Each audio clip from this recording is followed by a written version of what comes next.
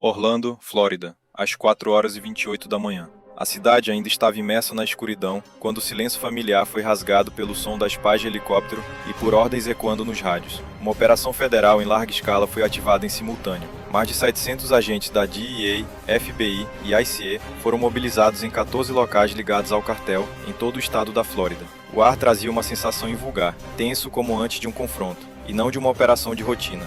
Do alto, helicópteros Black Hawk voavam baixo, os holofotes varrendo os bairros ainda enevoados. Em terra, as equipas SWAT arrombaram portas em simultâneo, e granadas de atordoamento explodiram nas ruas outrora pacíficas. Em poucos minutos, tiros ecoaram de várias direções, enquanto os suspeitos resistiam de posições previamente fortificadas. Já não era a polícia a perseguir criminosos, mas uma verdadeira batalha a decorrer em território americano.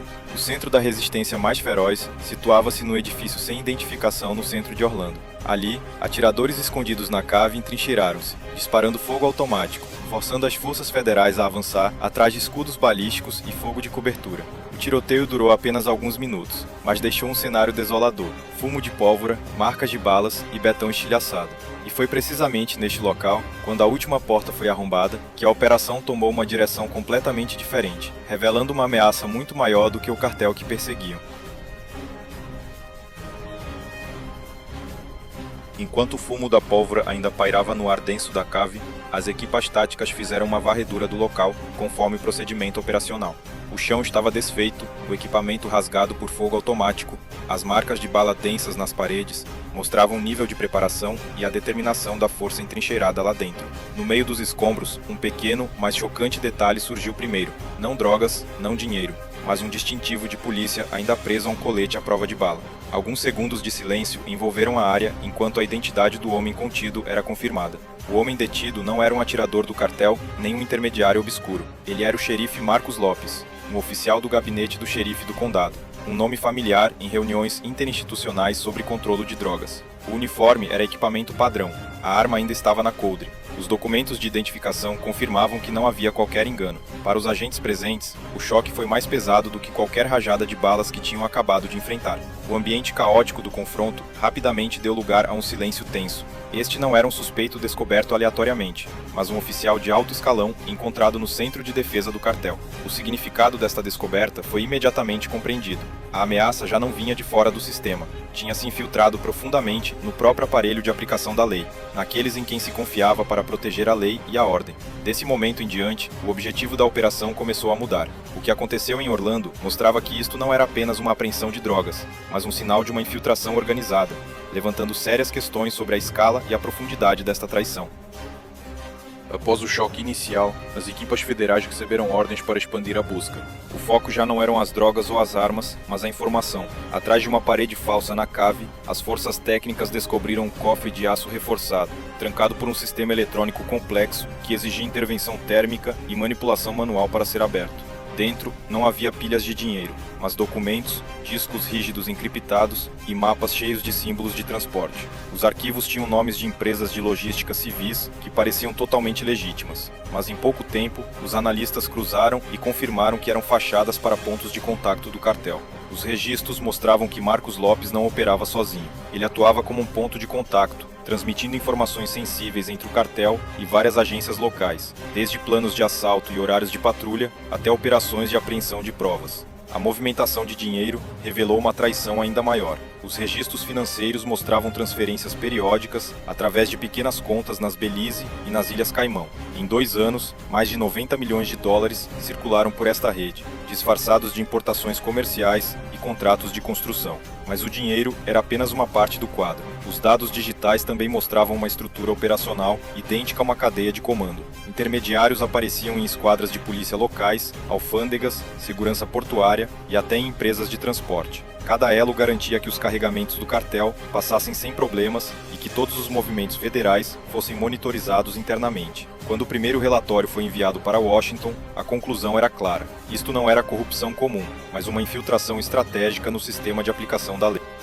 Quando a escala da infiltração foi confirmada, as autoridades federais imediatamente atualizaram a operação.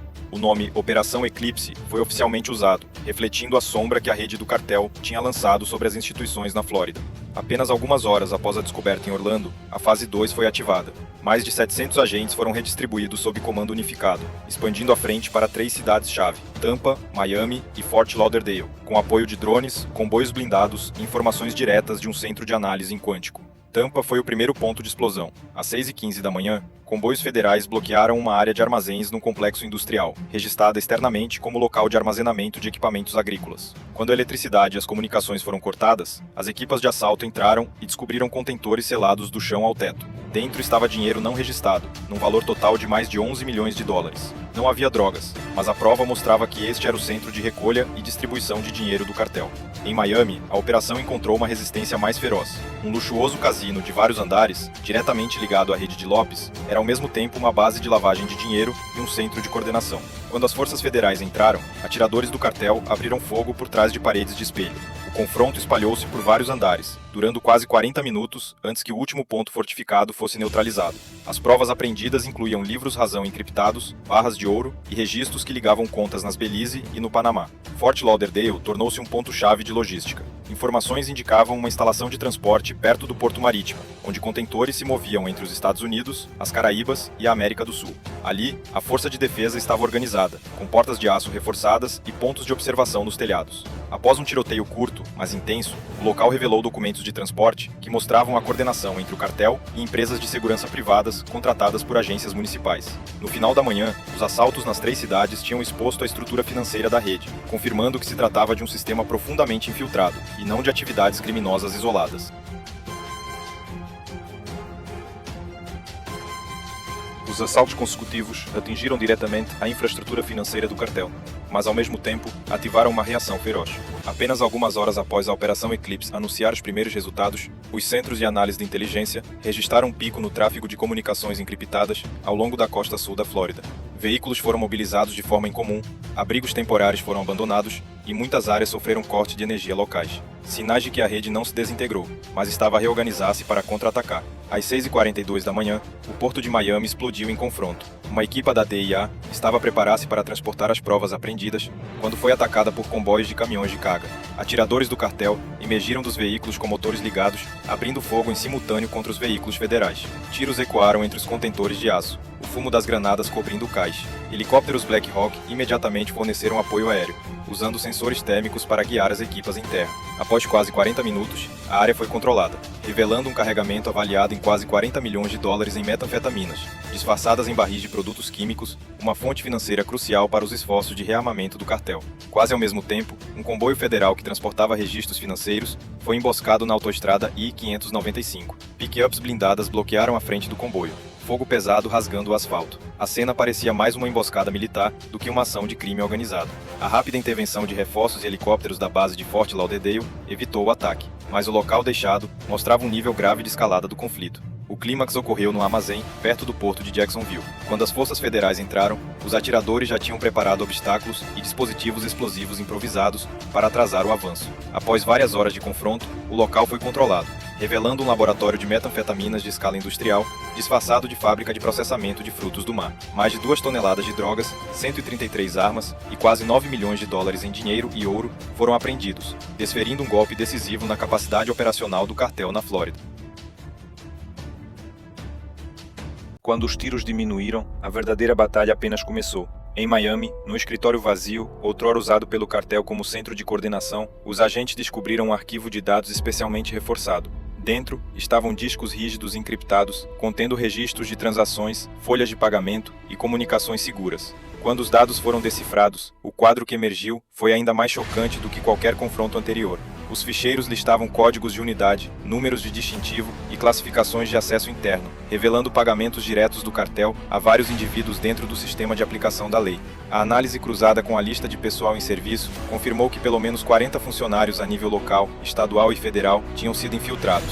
Alguns aceitaram subornos, outros vazaram informações ou atrasaram operações para facilitar a passagem de carregamentos. O Departamento de Justiça ativou imediatamente medidas de emergência. Edifícios federais na Flórida foram isolados, cartões de acesso suspensos, armas recolhidas e interrogatórios internos começaram no mesmo dia. Aqueles que partilhavam salas de reunião, que coordenavam operações, eram agora obrigados a enfrentar o seu próprio sistema. Ao meio-dia, as detenções internas ocorreram de forma silenciosa, mas decisiva. Carros de polícia apareceram em frente a agências governamentais, não para patrulhar, mas para executar mandados de prisão contra aqueles que usavam o distintivo. Paralelamente, os bens do cartel foram confiscados e redistribuídos. Cassinos, armazéns e propriedades que serviam para lavagem de dinheiro foram convertidos em instalações de formação e reabilitação, como um esforço para reconstruir a confiança erodida. A Operação Eclipse terminou com a imagem da bandeira americana hasteada nos locais que outrora foram símbolos de corrupção e violência. Na superfície, a ordem foi restabelecida, mas a grande questão permaneceu. Se um xerife pode tornar-se um elo do cartel, quão profundamente o sistema foi danificado, e esta purga realmente chegou à raiz? O que foi exposto mostra que esta não foi apenas uma guerra contra o crime, mas um teste aos próprios alicerces da confiança pública. Se quiser continuar a acompanhar todos os desenvolvimentos e as consequências que ainda se espalham após a Operação Eclipse, subscreva o canal e fique conosco para não perder a próxima parte desta história.